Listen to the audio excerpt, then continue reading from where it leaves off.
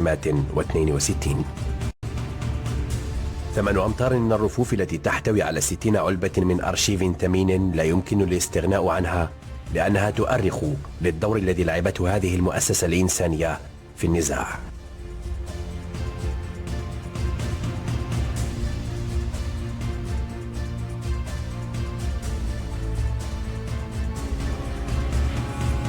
وثائق تحمل توقيع شخصية فاعلة في تلك الفترة. اسم بيير غايار شاهد على تلك الفترة، اسمه يتكرر كثيرا.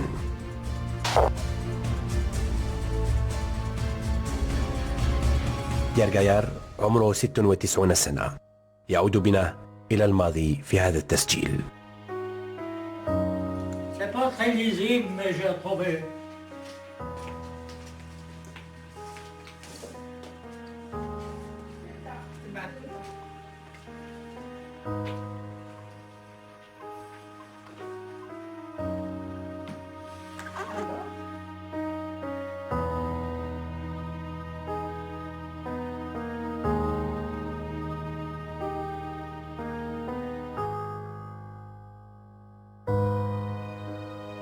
C'est une expérience humaine importante, ça. Personnellement, je regarde un bon souvenir, bien que ce soit des circonstances difficiles. C'est une expérience considérable, hein, l'Algérie, pour moi.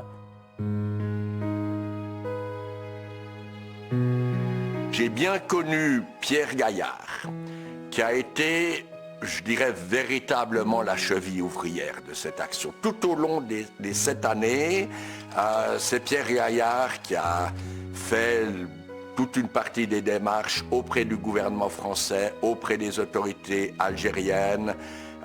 C'est pas toujours lui qui s'est déplacé au Caire, à Rabat ou à Tunis pour rencontrer les dirigeants du front, mais il l'a fait à plusieurs reprises et je pense qu'il a participé à une bonne partie des visites.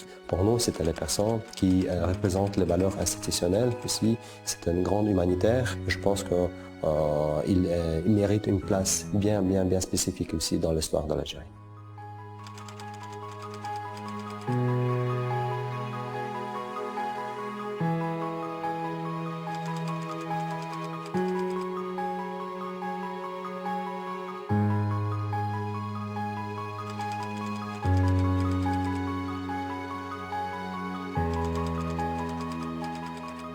Cette année, c'est une année historique pour le CSR puisque nous marquons 60 ans depuis le début de l'action humanitaire de CSR en Algérie.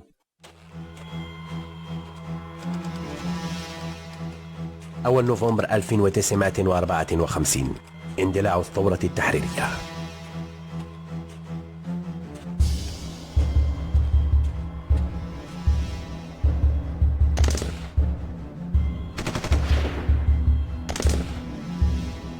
Dès le mois de novembre 1954, le CSR offre ses services au gouvernement à Paris. Et plusieurs démarches ont été entreprises par les représentants de CICR à Paris ainsi qu'à Genève. ويليام ميشيل مندوب اللجنة الدولية للصليب الأحمر بفرنسا يرسل في الفاتح فبراير 1955 مذكرة يعلم فيها رئيس الحكومة الفرنسية بيير مونديس فرانس بالأهداف التي تريد اللجنة الدولية للصليب الأحمر تحقيقها في الجزائر، والمتمثلة في تلقي قوائم بأسماء من ألقي القبض عليهم بعد الأحداث، السماح بزيارة أماكن الاعتقال والاحتجاز التي يوجد فيها هؤلاء الأشخاص. سيكون من المستحب إجراء مقابلات على انفراد مع المحتجزين. تسهيل عند الحاجة تنظيم تبادل المراسلات بين المحتجزين وعائلاتهم أو الصليب الأحمر. دراسة إمكانية تقديم المساعدات لعائلات المحتجزين والمعتقلين. دراسة إمكانية تقديم نشاط المساعدات لعائلات المساجين المحتجزين والمعتقلين. بيير مونديس فرانس يعطي موافقته في 2 فبراير 1955 مع بعض التحفظات. لأسباب بديهية تتعلق بالنظام العام، لا يمكن للحكومة الفرنسية إطلاعكم على قوائم أسماء من ألقي القبض عليهم، إذ أنها تتغير بصفة دورية. Le point le plus important aux yeux du CICR, qui était la possibilité de rencontrer les prisonniers, de s'entretenir sans témoin avec les prisonniers. المهمة الأولى تمت من 28 فبراير إلى 18 أفريل 1955. بيير غايار وجان بيير مونوار مندوبا اللجنة الدولية للصليب الأحمر قاما بهذه المهمة. تبعا لبعض الصعوبات التي واجهناها، السيد غالوبان يبلغ رئيس مونديس فرانس في 23 ماي 1955 عن الصعوبات المشار إليها والتي واجهناها في معظم المرافق التي قمنا بزيارتها، ويعرب عن أمله في القيام مجددا بمهام مماثلة في المستقبل في ضوء الاتفاق المبرم في السابق. 23 فبراير 1956 وفد جبهة التحرير الوطني بالقاهرة يوجه رسالة إلى اللجنة الدولية للصليب الأحمر. Le CSR reçoit le courrier et le communiqué signé par Ben Bella et Mohamed Kheder qui stipulait que le mouvement de la libération nationale adhérerait à des dispositions de Convention de Genève aussi, sous réserve de la réciprocité française. Donc voilà, donc c'est le premier courrier qui était échangé entre le CSR et les dirigeants. في 22 أكتوبر 1956 تختطف الطائرة التي كان على متنها قادة جبهة التحرير الوطني أحمد بن بلة، محمد خيدر، محمد بوضياف، حسين أيت أحمد ومصطفى الأشرف. في 11 ديسمبر 1956 بيير بواسي مندوب اللجنة الدولية للصليب الأحمر يلتقي أحمد بن بلة في سجن لا سونتي، هذا الأخير لمح له بإمكانية زيارة السجناء الفرنسيين لدى جيش التحرير الوطني. عدة لقاءات تمت فيما بعد بين مندوبين آخرين للجنة الدولية للصليب الأحمر وقادة جبهة التحرير الوطني المحتجزين. Ces 5 dirigeants qui étaient visités de façon régulière par le délégué de CSR pour encore une fois vérifier les conditions de détention et le traitement qui a été accordé. Et aussi grâce à ces visites-là, le CSR aussi réussit à obtenir les contacts avec les dirigeants sur place aussi. في 9 جانفي 1957 جبهة التحرير الوطني تؤسس الهلال الأحمر الجزائري لمواجهة التدهور الكبير للوضعية الإنسانية للشعب الجزائري. La direction du FLN a pensé à juger utile et nécessaire et urgent de créer un espace pour faire connaître l'ampleur du drame humanitaire subi par le peuple algérien. Donc, l'idée a germé, le FLN a donné son accord pour la création de cet espace et le premier président, ça a été Maître Boukli Hassan en tant que président du Croissant Rouge algérien. Et immédiatement, le CRA s'attela par un travail concret. Il a lancé un appel à l'échelle internationale pour demander une aide matérielle et un soutien moral. Il a essayé d'apporter une aide la meilleure possible pour les blessés et les réfugiés et il s'est attelé à la recherche de ressources. شعب مرغم على ترك أرضه وقراه. آلاف الجزائريين تم إنقاذهم من الموت بفضل النشاط الإنساني. Et il faut dire quelque chose de très important pour l'histoire du CRA. L'appel du CRA a permis au CICR de réagir. Le CICR s'est senti concerné par cet appel du CRA et la première organisation humanitaire qui a réagi, ça a été le CICR. Il s'est rapproché du CRA et il a accompagné dans toutes ces actions humanitaires. 22 ماي 1957 فرحات عباس يخاطب اللجنة الدولية للصليب الأحمر طالبا اعتماد الدكتور بن تامي كممثل للهلال الأحمر الجزائري في اللجنة الدولية للصليب الأحمر. Naturellement, on ne l'a pas tout de suite reconnu parce qu'il y avait des règles au niveau de la Croix-Rouge internationale.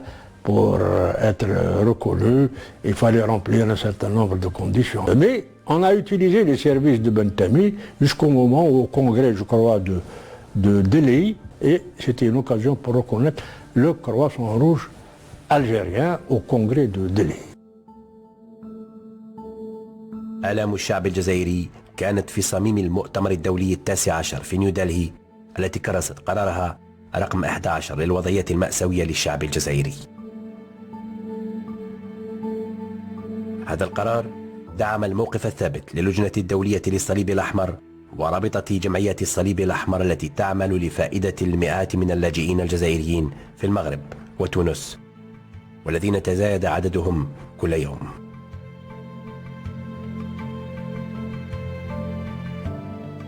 لاجئون من نساء، أطفال ومسنين، مجردين من كل الإمكانيات للتصدي للأمراض وآلام الجوع والبرد.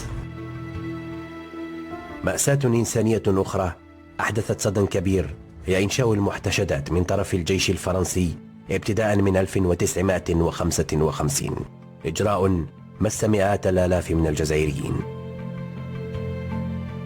Ce sont des personnes déplacées, et qui dit personne déplacée dit une personne qui est frustrée de tout ce qui faisait sa vie quotidienne à laquelle elle était habituée. Ça créait des traumatismes réellement. قام الهلال الأحمر الجزائري بتوجيه نداءات لتقديم المساعدة من أجل هؤلاء السكان المحرومين من أراضيهم ومواردهم ويعيشون في ظروف إنسانية مأساوية. من جهتها قامت اللجنة الدولية للصليب الأحمر بالعديد من المجهودات لتقديم مساعدات لهؤلاء السكان. Si on compte les camps de regroupement, il y en avait plusieurs centaines de milliers. Quand on découvre un peuple dans la douleur, c'est comme quand on rencontre quelqu'un qui souffre, on voit mieux ses problèmes et on les ressent mieux. نشاط آخر للجنة الدولية للصليب الأحمر خلال حرب الجزائر زيارة أماكن الاحتجاز. من 1955 إلى 1962 قامت اللجنة الدولية للصليب الأحمر ب10 مهام تخضع لقواعد صارمة وقيم تحملها هذه المؤسسة الإنسانية. L'intervention de CSR est principalement purement humanitaire. Donc il n'y a aucune implication dans les affaires politiques. C'est l'humanité, c'est la neutralité, c'est l'indépendance et l'impartialité. Donc ça c'est le plus important. القيم التي تحرك نشاط بيير غايار ورفاقه. هذه المهام بقيت راسخة في ذهن محاورنا واليوم يتذكرها. Généralement, il y avait deux sortes de visites. Il y avait celle qui était annoncée à l'avance, puis celle qui était improvisée. On avait un ou plusieurs officiers de liaison. Et avec eux, on faisait le plan d'une tournée de camps. Alors on dit on va aller là, là, là, là, là. Et c'est eux qui organisaient les déplacements. Moi j'étais chaque fois le chef de l'équipe, mais on était, quand on visitait un camp, on était 2 ou 3, pas plus. La confiance avec les prisonniers pour qu'ils vous parlent d'homme à homme, puis la confiance avec les autorités pour nous la neutralité de la Croix-Rouge était le bouclier. من خلال 490 زيارة لأماكن اعتقال في الجزائر و96 زيارة لأماكن اعتقال بفرنسا، قام مندوبو اللجنة الدولية لبعثات بزيارة مراكز عسكرية للاعتقال، مراكز الفرز والعبور، مراكز الإقامة، السجون وبعض المستشفيات، بمجمل 586 مكان اعتقال تمت زيارته من طرف مندوبي اللجنة الدولية للصليب الأحمر. كل سلسلة من الزيارات يتبعها تقرير ملخص ومذكرة تسلم إلى الحكومة الفرنسية تحتوي على عدد من التوصيات. Très souvent, dans les conclusions, les délégués mentionnaient il faut améliorer ceci, il faut changer cela. Certaines de ces recommandations ont été suivies, oui, et puis d'autres non, et c'est toujours comme cela. بحثنا يبدأ بتقارير زيارات المعتقلات التي كانت تسمى مراكز الإقامة. في هذا الأرشيف عثرنا على قائمة بأسماء أطباء، صيادلة وممرضين موقوفين في المعتقلات. الوثائق توضح لنا مختلف أسباب توقيف الأطباء، الصيادلة والممرضين. حسب هذه التقارير هم متهمون. من أجل علاج الخارجين عن القانون، من أجل علاج ثوار جبهة التحرير الوطني، من أجل تزويد جبهة التحرير الوطني بالأدوية. من بين هؤلاء الأطباء الذين تم اعتقالهم الدكتور فتحي حميدو الذي التقيناه، عمره اليوم 91 سنة، وإلى يومنا هذا بقي متأثرا بذلك الزمن الذي قضاه في معتقلي أركون وبوسوي. On nous appelait non pas par notre nom, mais par notre numéro de matricule. Un jour, j'ai été appelé au bloc administratif. Et justement, j'ai rencontré ce commandant qu'on appelait Fil de Fer. Il m'a dit, comment tu t'appelles? Il m'appelle Hamidou. C'est tout? Je lui ai dit, Hamidou, c'est tout? Je lui ai dit, c'est tout. Ma connaissance, c'est tout. Il m'a dit, tu n'es pas un docteur, tu es un cireur. Tu es moins qu'un cireur, c'est compris? Je l'ai regardé. Je me suis tué. Il a continué, il m'a dit, si jamais tu reçois une lettre avec la mention Dr Hamidou, à l'adresse, je la déchire ou je la brûle.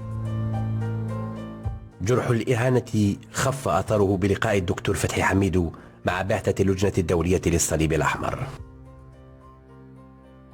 Comment il y a un docteur ici? Venez ici, chers confrères. Alors, ils m'ont fait asseoir. Et alors, je leur dis, écoutez, je vais vous parler des conditions matérielles du camp. Et ensuite, j'aborderai ce que j'appelle personnellement les atteintes à la dignité de l'homme. Alors, il y en a un qui s'adresse à moi, il me dit, mon cher confrère, j'ai su que c'était un médecin. Voilà l'explication. Mon cher confrère, je sais pas pour vous limiter ou pour vous imposer quoi que ce soit, mais comme le camp est partagé en deux, nous avons recueilli des renseignements dans l'autre camp.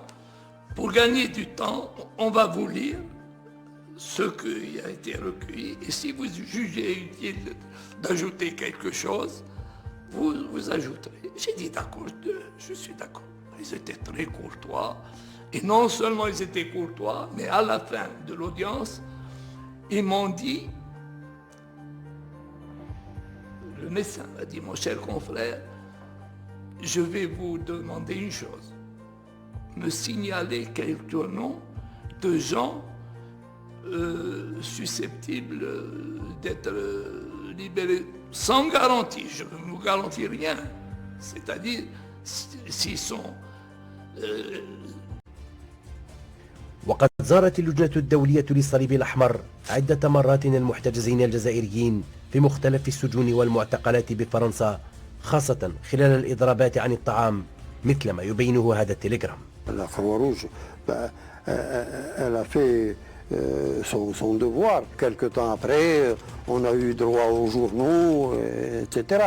Bon, mais l'amélioration est venue d'abord en France et ensuite en Algérie. نترك المعتقلات والسجون من أجل اكتشاف ملف آخر خاص بالأسرى الفرنسيين المحتجزين لدى الجيش الجزائري خلال حرب الجزائر. نتعرف على هذا الموضوع من خلال هذه القائمة التي تحمل أسماء 4 سجناء تم القبض عليهم في 11 جانفي 1958 أثناء معركة على الحدود الجزائرية التونسية. تعرفنا على هذه القصة من خلال هذه الصور لشهود ما يزالون أحياء. عبد الكريم حمروشي ضابط في جيش التحرير الوطني بالقاعدة الشرقية يتذكر الأحداث.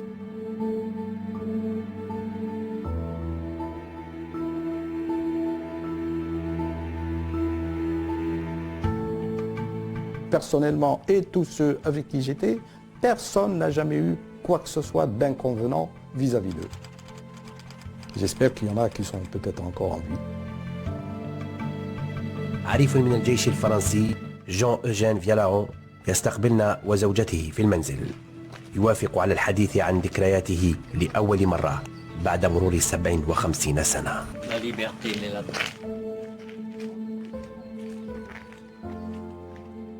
On ne sait pas où on allait.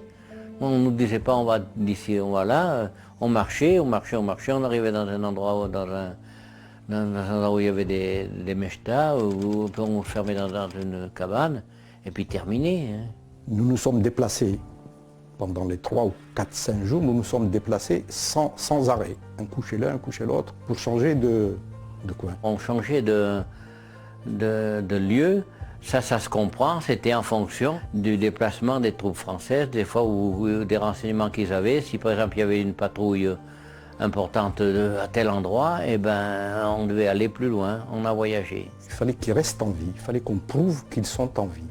On apprend qu'il y a une grande opération qui a été montée par l'armée française. On nous a dit qu'il y aurait 40 000... On avise tout de suite les nôtres à Tunis qui ont publié un communiqué qu'on peut retrouver en disant s'il arrivait quoi que ce soit aux prisonniers, ce sera la faute du gouvernement français. في أرشيف جريدة المجاهد وجدنا بيان جيش التحرير الوطني الذي جاء فيه: جيش التحرير الوطني يعلن للرأي العام الفرنسي والعالمي الذي يتخلص من كل مسؤوليته الناجمة عن هذه الهجمات. جيش التحرير الوطني يؤكد كامل استعداده للسماح للجنة الدولية للصليب الأحمر القيام بمهامها، ويضمن كل وسائلها المتوفرة من أجل أمن السجناء ومندوبي اللجنة الدولية للصليب الأحمر. قيادة الثورة ذاك الوقت بعثوا الصليب الأحمر الدولي لاكروا روج انترناسيونال، قال لهم ماذا بكم تجيو باش يشوفوا كيفاه راهم محكومين هذا الأسرى. جورج أوفمان وجون دوبرو مندوبا اللجنة الدولية للصليب الأحمر كانت مهمتهما هي تفقد الظروف المعيشية للأسرى وأخذ رسائل منهم من أجل تسليمها لأسرهم. لمين بشيشي عضو في مصالح الصحافة لجبهة التحرير الوطني يتذكر: جاءوا لتونس وكلفت شخصيا بمرافقتهم لزيارة الأسرى. On a eu l'information la veille, l'avant-veille, que les prisonniers allaient recevoir la visite de délégués de la Croix-Rouge internationale. On les a préparés, on a aménagé dans la forêt un lieu complètement sous les arbres. Il y avait un chemin qui les menait. في 30 جانفي 1958 مندوبا اللجنة الدولية للصليب الأحمر مع مرافقهم يعبرون الحدود الجزائرية التونسية من أجل زيارة ال4 سجناء الفرنسيين على الأراضي الجزائرية والذين تم القبض عليهم من طرف جيش التحرير الوطني. الصليب الأحمر الدولي طلب في أول وهلة أن يكون عنده اتصال مباشر بدون حضور أي أحد من الجزائريين سواء عسكريين ولا مدنيين بما فيهم احنا المرافقين. Donc ils sont allés dans le gourbi où qu'on leur a désigné, ils sont allés ensemble et quand ils sont ressortis, ils m'ont dit est-ce que vous permettez qu'ils écrivent des lettres à leurs parents? Pas de problème. Et moi j'avais mis un petit mot comme quoi on va très bien, je suis très bien, je sais pas comment j'en avais mis, mais il n'y en avait pas de long, il y avait 2 ou 3 lignes à mettre. Bien le bonjour à mes parents, à grand-mère, quelque chose comme ça. Ils ont écrit leurs lettres, j'ai une image là où je suis allé chercher les lettres pour les redonner aux délégués de la Croix-Rouge. كانت زيارة مندوبي اللجنة الدولية للصليب الأحمر تمثل الضمان للسجناء. Une assurance, voilà, c'est le mot qui convient. Ça a été une assurance. Dès que le GPRA, le gouvernement provisoire de la République algérienne, a été créé, son premier souci, sa première décision, et elle était très significative, ça a été de libérer d'une façon inconditionnelle des prisonniers de guerre français. بعد مرور 294 يوما تقرر الحكومة المؤقتة للجمهورية الجزائرية تحرير الأسرى ال4 في 20 أكتوبر 1958. Ces prisonniers, on les a transférés sur Tunis. Il y a eu une cérémonie de remise, si je puis dire, n'est-ce pas, de ces prisonniers à la Croix-Rouge internationale. On nous amenait les prisonniers. Nous, il y avait la presse, il y avait la Croix-Rouge, il y avait du monde. On était dans une salle, on attendait, puis tout d'un coup, la porte arrière s'ouvrait et on nous amenait les prisonniers à libérer. On nous a mis dans un coin debout et il y avait 30 ou peut-être 50 journalistes et puis justement on dépendait du Croissant Rouge. Et il y avait les responsables, un ou deux, je crois, Gaillard, qui étaient en haut, qui étaient assis sur ces chaises en rang, en haut, et qui discutaient entre eux, qui nous ont remis du Croissant à la Croix-Rouge pour nous libérer. Alors à la fin de la cérémonie, quand on a eu la libérée, je partais avec les prisonniers, la voiture du Croissant Rouge qui nous attendait. On allait directement à l'aéroport, on ramenait directement les prisonniers en France. Est-ce qu'ils étaient bien traités? Absolument. Absolument. Et eux peuvent le confirmer. Ils étaient à l'abri, ils mangeaient comme tout le monde. On n'a pas été, disons, maltraités. في جوان 1960 الحكومة المؤقتة للجمهورية الجزائرية تعلم اللجنة الدولية للصليب الأحمر بقرارها بالانضمام إلى اتفاقية جنيف. Pour l'Algérie combattante, le fait de chercher à adhérer à ces 4 conventions de Genève était une façon aussi de disqualifier la France sur le plan juridique et international pour lui dire vous n'avez jamais eu qualité et en tout cas aujourd'hui, moins que jamais, vous avez la qualité de pouvoir engager le peuple algérien dans un accord, dans un traité, quel qu'il soit. محمد بجاوي يذكر المساعي التي أجريت من أجل هذا الانضمام. Je me suis rendu à la demande de Abdelhamid Mehri et du GPRA. Je me suis rendu à Tripoli. On m'a donné un passeport diplomatique libyen. Et je me suis rendu à Berne pour déposer les instruments d'adhésion. D'abord, qu'est-ce que c'était que ce dossier que j'avais préparé? C'était d'abord, comme on dit, les instruments d'adhésion. Il y avait eu une décision du CNRA, du Parlement. Il y avait eu également un décret du président du GPRA, Farhat Abbas, un décret d'adhésion. Il y avait d'autres documents également. Et puis, à toutes fins utiles, mais ça a été très utile en définitive, à toutes fins utiles, j'ai préparé un document juridique d'une 60aine de pages pour montrer à la Suisse, c'était à l'intention du gouvernement helvétique, pour montrer à la Suisse qu'en sa qualité d'État dépositaire, elle n'avait aucun droit de s'opposer à l'adhésion d'un État quel qu'il soit, même si elle ne l'a pas reconnu. 4 جويلية 1960 الحكومة المؤقتة للجمهورية الجزائرية تلقى جوابا من الحكومة السويسرية بقبول انضمام الحكومة المؤقتة إلى اتفاقية جنيف الأربعة. بعد 7 سنوات ونصف من الحرب، منها 2 عام من المفاوضات، تم التوقيع على اتفاقية إيفيون. المادة 11 من اتفاقية إيفيون تنص على: يحرر جميع أسرى الحرب لدى الطرفين متى طبق وقف إطلاق النار. يجرى تسليمهم خلال 20 يوما من بعد وقف إطلاق النار للسلطات المعنية، وعلى الطرفين إعلام اللجنة الدولية للصليب الأحمر بمكان الأسرى وبجميع الإجراءات اللازمة الخاصة بإطلاق سراحهم. تطبيقا لهذه التعليمات، اللجنة الدولية للصليب الأحمر تتابع عملية تحرير الأسرى. الفاتح من جويلية 1962 الشعب الجزائري يصوت لاستقلال الجزائر.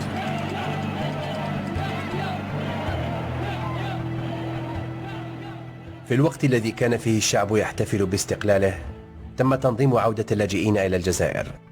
آلاف الأشخاص عادوا إلى الوطن. Moi, je dirais que le bilan reste très positif. Vers 1962, nous comptons plus que 2 200 000 personnes qui ont reçu de l'assistance directe de la part du Comité international de Croix-Rouge. Et ça constitue un quart de la population. Donc c'est une action assez importante qui visait les personnes les plus vulnérables. Jusqu'à 1962, le Comité international de la Croix-Rouge restait la seule organisation internationale qui avait déjà une mission bien spécifique, humanitaire aussi, et qui apportait l'assistance et assurait la protection au moment le plus difficile dans l'histoire de l'Algérie. يظل هذا الأرشيف حارسا للذاكرة الحية ويشهد بالدور الإنساني الذي لعبته اللجنة الدولية للصليب الأحمر خلال حرب الجزائر. D'abord, c'est une occasion pour moi de rendre hommage au Comité international de la Croix-Rouge, qui à notre époque joue un rôle absolument incontournable. Et je dis une présence nécessaire à notre époque. Un témoin indispensable. Son action est une action qu'il faut saluer toujours au bénéfice de l'homme, au bénéfice de sa dignité. Le CICR est à la pointe du combat permanent pour la dignité et la liberté de l'homme. Malgré le côté un peu triste et tragique, j'ai gardé un bon souvenir de tout ça. J'ai vu le peuple algérien qui souffrait en gros, comme prisonnier, mais avec dignité.